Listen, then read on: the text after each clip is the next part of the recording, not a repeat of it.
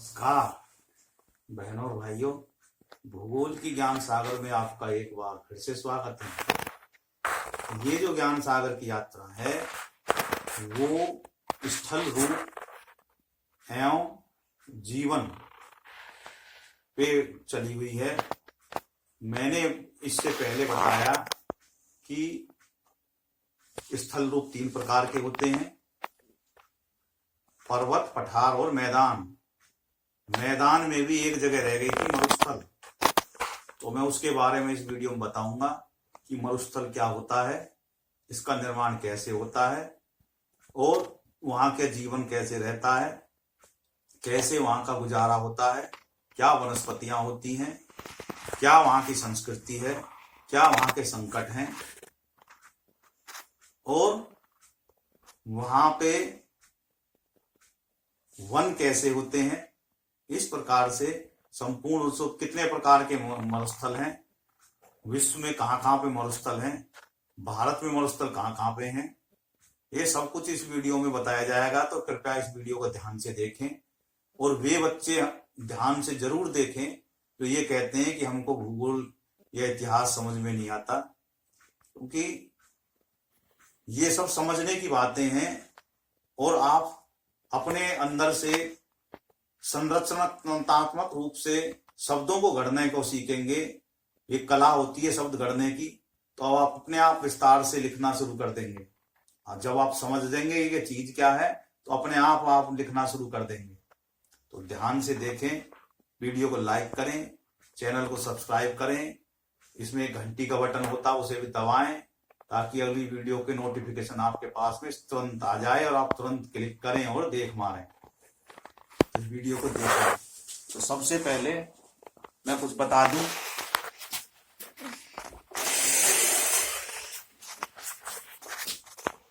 तो सबसे पहले आता है कि इसका निर्माण कैसे होता है।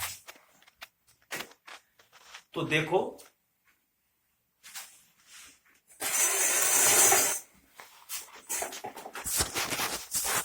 इसका निर्माण जो होता है बिल्कुल जड़ से बताऊंगा। आज तक आपको नहीं बताया होगा। बड़ी मेहनत करके खोजने के बाद में जब ज्ञान प्राप्त करा जाता है फिर उसका प्रचार करा जाता है। तो मरुस्थलों का जो निर्माण होता है वो तब से शुरू होता है जब उस जगह में समुद्र जो होता है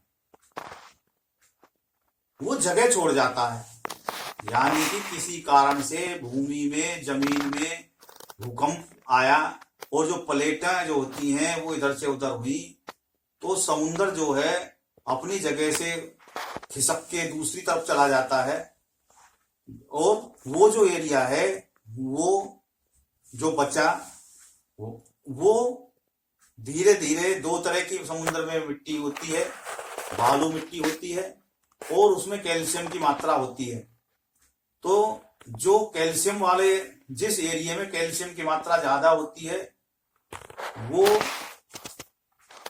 क्योंकि समुद्र में वनस्पति तो पानी में होती है, बाहर तो उसमें वो जमेगी नहीं, तो वहां पे ना तो वृक्ष होते ना कुछ होते, तो वो मिट्टी धीरे धीरे सूखने लगती है और सूखने के बाद में वो बालू मिट्टी में बदलने लगती है, बालू मिट्टी में बन जाती है।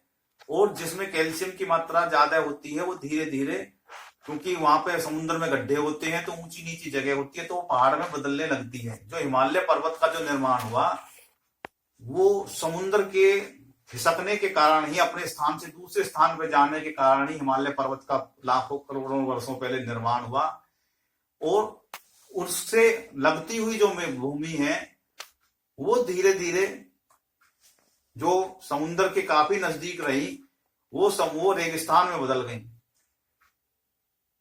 और दूसरा कारण होता है मरुस्थल बनने का बारिश न होना। बारिश न होने से मिट्टी खुश्क सख्त हो जाती है और वो उड़ने लगती है, सूखने लगती है, और वो जब वहां पे खेती ही नहीं होती, उसकी जुताई नहीं होती, तो वो उड़ने लगती है और वो एक स्थान से दूसरे स्थान पे उड़ के जो है टीले का रूप ले लेती है। तो इस प्रकार से भी मरुस्थलों का निर्माण होता है।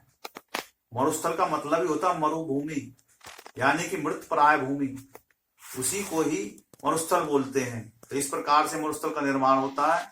मरुस्थल की भूमि 3 प्रकार की होती है, एक पीली बालू की मिट्टी, एक सफेद बालू की मिट्टी और एक पथरीला कंकड़ीला मरुस्थल, और एक जो मरुस्थल होता है बर्फीला होता है। तो ये नहीं कह सकते कि मरुस्थल गर्म ही एरिया में रहता है, ठंडे एरिया में मरुस्थल का निर्माण हो जाता है, क्योंकि मरुस्थल वो जगह है जो निर्जल स्थान है, जहाँ पे कोई खेती बाड़ी नहीं होती, वनस्पतियां इतनी नहीं होती, उसे मरुभूमि ही बोलते हैं और वो स्थान मरुस्थल कहलाता है। तो समझ में आया कि ये मरुस्थल कैसे बनते हैं। अगला जो विषय है वो इसमें है वनस्पतियां क्या क्या होती हैं। क्योंकि मरुस्थल जो है वहां पे वर्षा तो इतनी होती नहीं है, तो वहां पे ज्यादातर कांटेदार झाड़ियां होती हैं। कांटेदार झाड़ियों की खासियत होती है उनकी जड़ काफी गहराई में जाती है और वो सारे पानी को पाताल से भी चूस लेती है। काफी गहराई में उनकी जड़ें जाती हैं और वे आसानी से पनप जाती हैं। तो कांटेदार वृक्ष होते हैं जिनमें कीकर, बेर, झाड़, खैर और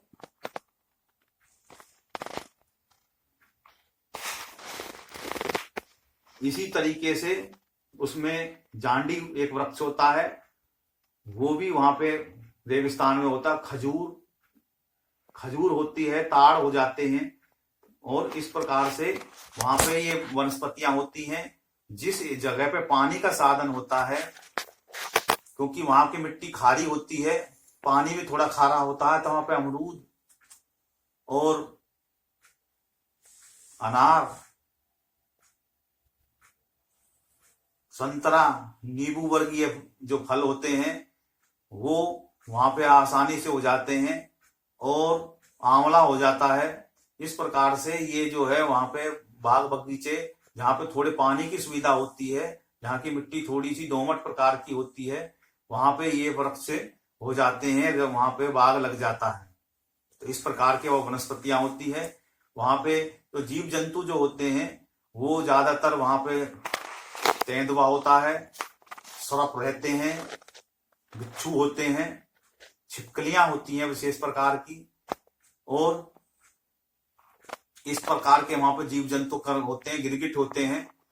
तो ये जो है वहां पे लोमड़ी, गीदड़ वगैरह भी वहां पे होते हैं। जो वहां का पथरीला जो एरिया होता है वहां पे ये शेर भी, जो जहाँ पे पानी के साधन होते हैं वहां पे ये भी जो है इस तरीके के होते हैं। गिद्ध वगैरह जो है और बाज, ये पक्षी जो में आते हैं वहां पे ज्यादातर, वहां पे इस तरीके के पशु पक्षी होते हैं। और जो और पशुओं में, जो पालतू पशुओं में ऊंट होता है, भेड़ होती है, बकरी होती है, गाय होती है, वहां पे भैंस भी पालन होता है, गधा होते हैं। और इस प्रकार से, क्योंकि गधा और खच्चर जो हैं ये वहां पर यातायात के साधन में काम आते हैं मैदानी एरिया में, वहां के रेगिस्तान के, और जो ऊंट होते हैं वो बिल्कुल ही रेगिस्तानी टिब्बों में काम आते हैं।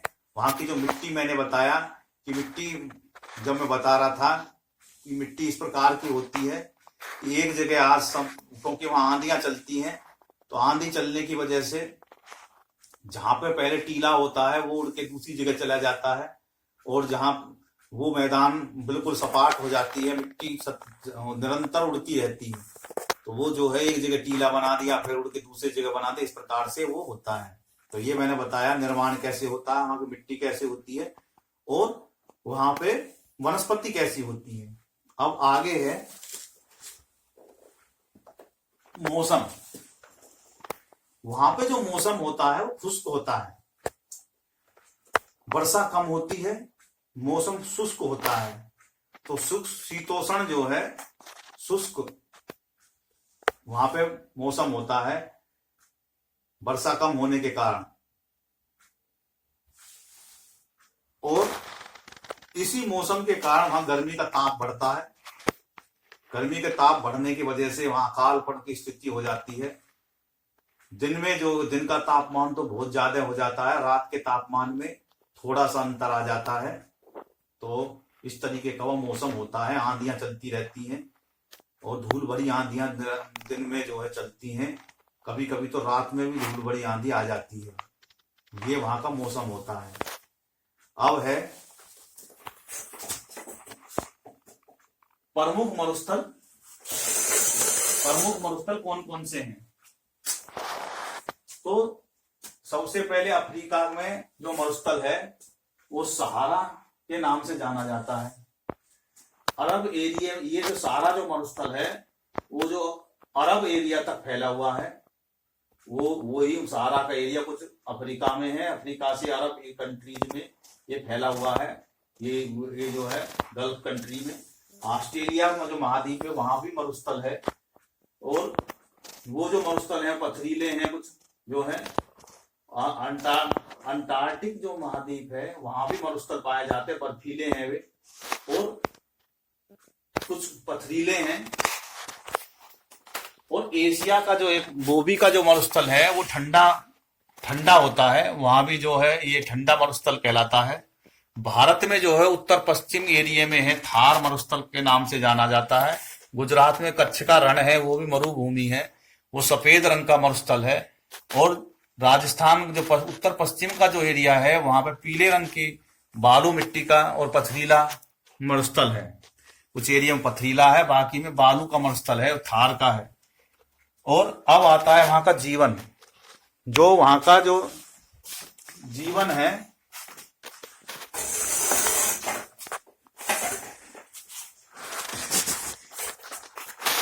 जो मरुस्थल का जो जीवन होता है वो काफी लचीला होता है।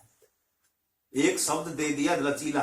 लचीला क्यों कहा गया? क्योंकि वो सभी संकटों से अपने आप को जूझते रहते हैं। उन्होंने अपना जीवन इस तरीके से लचीला ढाल लिया है कि वो सभी कठिनाइयों को आसानी से पार कर जाते हैं, तो इसलिए उनका जीवन लचीला है। दिन भर तपस्या करनी होती है उन्हें, खेती बाड़ी करने के लिए भी उन्होंने काफी मतलब जो मेहनत करनी होती है, यातायात के साधन के लिए भी उन्होंने काफी मेहनत करनी होती है, और पानी का साधन, अन्न का उत्पादन करने में, अन्न का संरक्षण करने में उन्हें काफी मेहनत करनी होती है। वहां पे खनिज पदार्थ भी निकलते हैं। वहां का जो मुख्य जो खनिज पदार्थ होता है वो चूना होता है, बलुआ और ग्रेनाइट पत्थर होते हैं। तो ये जो है उनके मुख्य व्यवसाय। जिप्सम होती है, जिप्सम की खदानें वहां से निकलती हैं।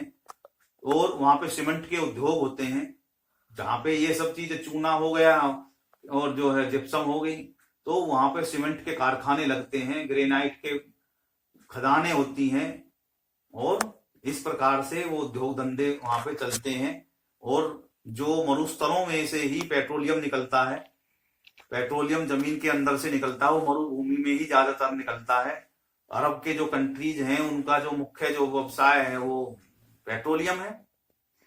तो इस प्रकार से वहां का जो लोग हैं वो काफी मेहनती होते हैं और अपना जीवन यापन उनका बड़ा कठोर होता है। पहनावा भी उसी अनुरूप होता है।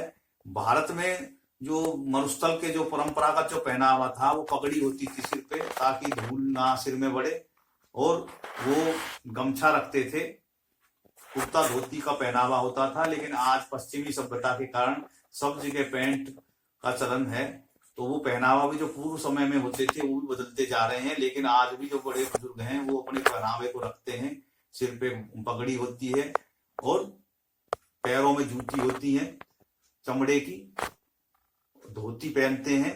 ये उनका पहनावा है वहां का।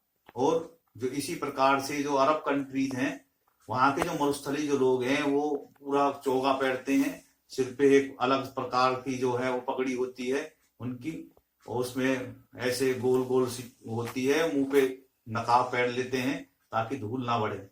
तो ये प्रकार का वहां का पहनावा है इस हिसाब से, और जीवन यापन उनका इस प्रकार से वहां पे होता है।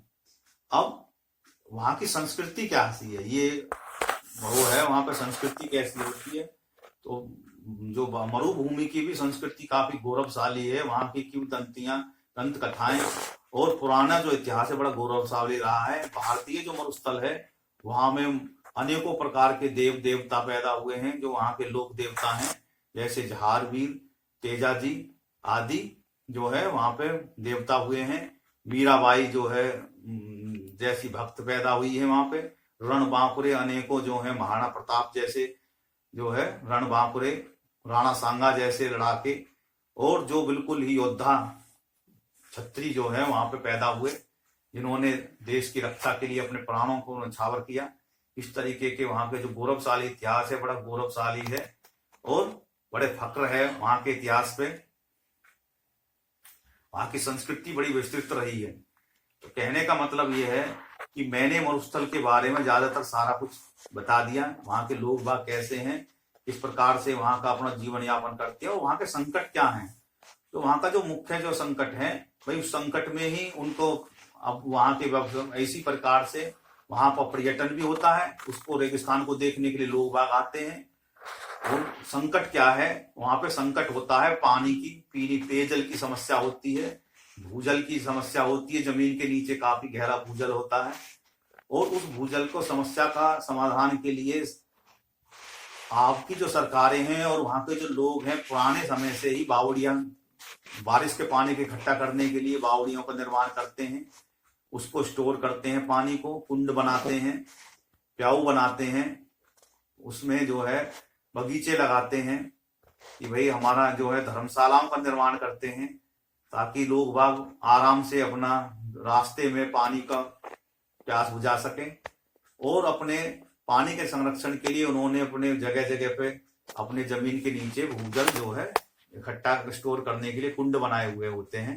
इस प्रकार से उनके संकट जो होता है वो आंधी तूफान आते हैं, आंधियां आती हैं, तो इस तरीके से वहां पे ये संकट है।